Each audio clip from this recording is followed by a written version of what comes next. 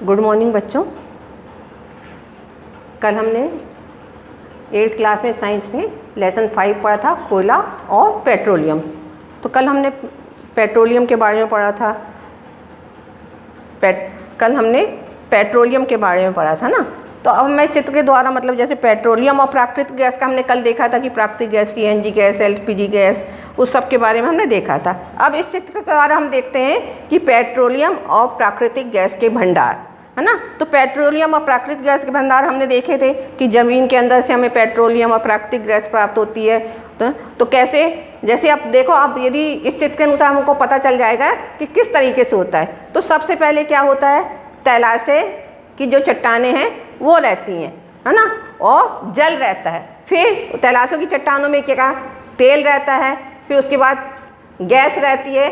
तो और इन पाइपों के द्वारा, ये मतलब कुएं रहते हैं, तो ये कुएं इस पाइपों के द्वारा इस कुएं में इकट्ठे किए जाते हैं। तो आप एक बार आप डायग्राम देख लीजिए कि डायग्राम किस प्रकार बना है। डायग्राम से ही आपको समझ में आ जाएगा कि पेट्रोलियम तथा प्राकृतिक गैस के भंडार, पेट्रोलियम और प्राकृतिक गैस किस प्रकार से मतलब रहता है। सबसे पहले तेल की चट्टानें रहती हैं। उसके बाद तेल की चट्टानों में तेल, मतलब जो है, ये तेल किसको कहते हैं, यही लिक्विड जो गैस वगैरह पेट्रोलियम रहता है उसको हम तेल भी कहते हैं ना।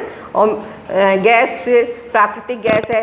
और इन दो सबको इन पाइपों के द्वारा कुएं में, पाइपों के द्वारा कुएं में इकट्ठा किया जाता है और फिर वहाँ से उसका शुद्धिकरण करके हम उसको पेट्रोल और प्राकृतिक गैस के रूप में उपयोग करते हैं। तो एक बार आप इसको अच्छे से देख लीजिए, ज़रा समझ लीजिए कि डायग्राम कैसा बना हुआ है।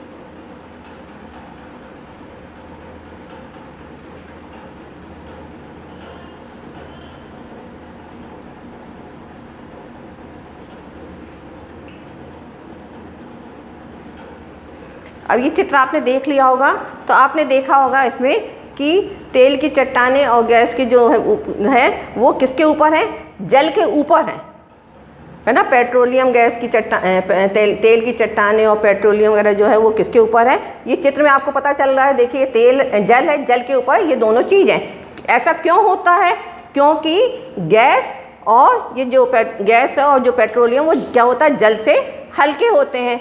आपने वैसे भी देखा होगा कि यदि किसी गिलास में आप देखोगे, यदि आप देखते हो किसी गिलास में पानी है, पानी डालो में, उसमें यदि थोड़ा तेल डालते हो, कुछ डालते हो, तो आप देखोगे तेल क्या रहता है, ऊपर तैरता हुआ रहता है। क्यों, क्योंकि ये तेल जो रहता है वो जल से हल्का होता है और जो चीज़ें हल्की रहती हैं वो ऊपर तैरती रहती हैं, जो चीज़ भारी रहती है वो नीचे हो जाती हैं। तो इसी प्रकार इस पेट्रोलियम और प्राकृतिक गैस के भंडारे में आप देख रहे हो यहाँ पे कि जल जो है वो नीचे है और तेल की चट्टानें हैं, उसमें तेल और गैस ऊपर की तरफ है। इसका कारण मैंने बता दिया, क्यों, क्योंकि तेल और ये जो गैस है वो जल से हल्के होते हैं। तो इस चित्र में आपको बताया गया है कि पेट्रोलियम और प्राकृतिक गैस के भंडार कैसे होते हैं। अब इसके बाद जो ये तेल की चट्टानें और गैस जो मतलब बनती हैं, तो उसको पाइपों के द्वारा कुएं में लिया जाता है ना। फिर उसका परिष्करण किया जाता है, उसका शुद्धिकरण किया जाता है, जो हमने पढ़ा है।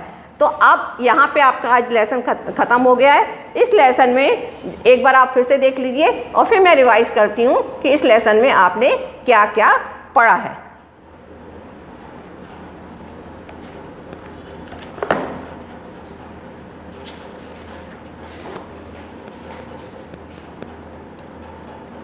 प्राकृतिक गैस अच्छे साधन,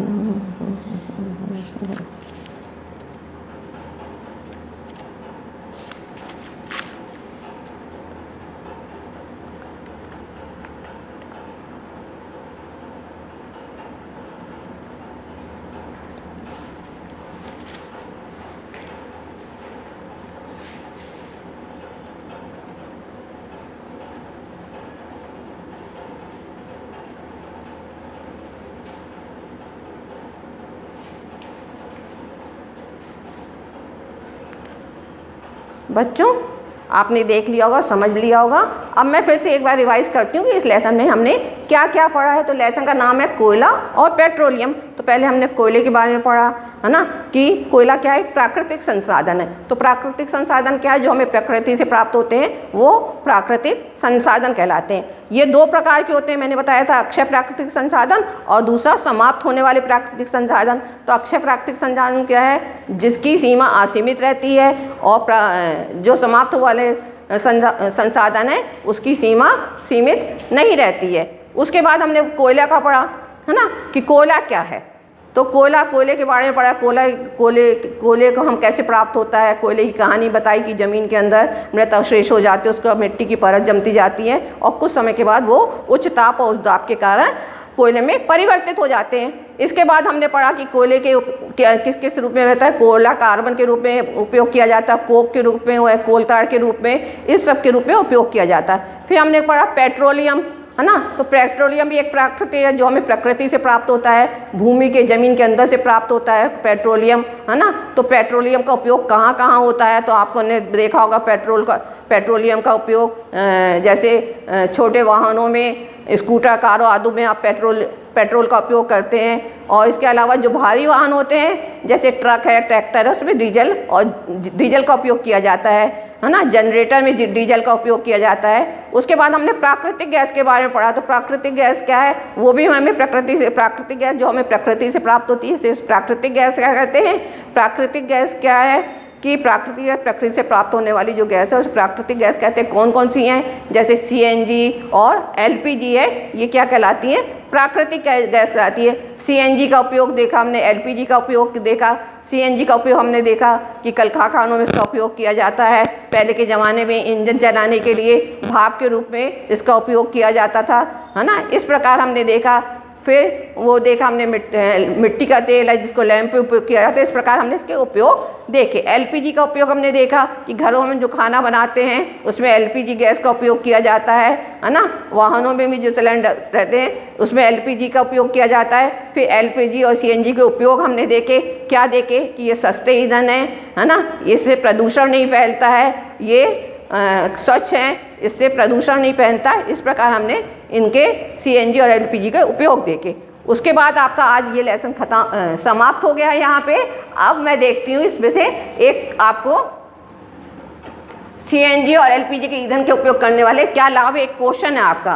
तो ये मतलब क्या है, ये मैं पहले ही बता दिया, अभी बताया आपको कि क्या है। पहला, ये कम प्रदूषणकारी है कि यदि CNG और LPG का उपयोग करते हैं तो इससे प्रदूषण नहीं फैलता है ना। इसलिए इसलिए ये कम प्रदूषणकारी है, इसलिए इसका ज़्यादा उपयोग किया जाता है। दूसरा, ये स्वच्छ ईंधन है।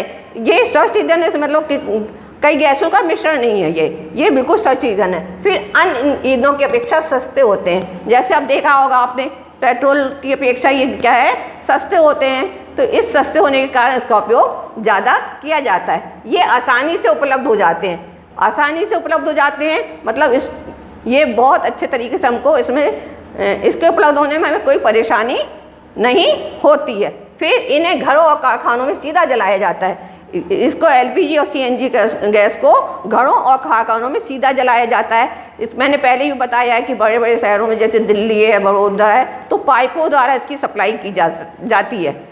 पाइपों के द्वारा इसकी सीधी सप्लाई की जाती है। तो इन्हें घरों और कारखानों में सीधा जलाया है। तो पाइपों द्वारा सीधे सप्लाई होती है।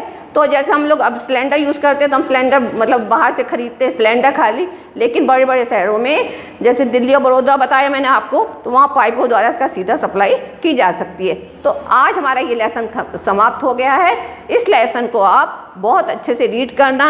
आपकी बुक है, बुक का मैंने आपको दिया है कि कौन सी 8th क्लास की आपकी बुक है। आपको मालूम होगा कि 8th क्लास की आपकी साइंस की कौन सी बुक है। तो 8th क्लास की साइंस की आपकी बुक देख लो, ये है। इसमें से हमने पहले 4 लेसन पढ़ चुके हैं और ये 5वां लेसन है कोयला और पेट्रोलियम, जो आज समाप्त हो गया है।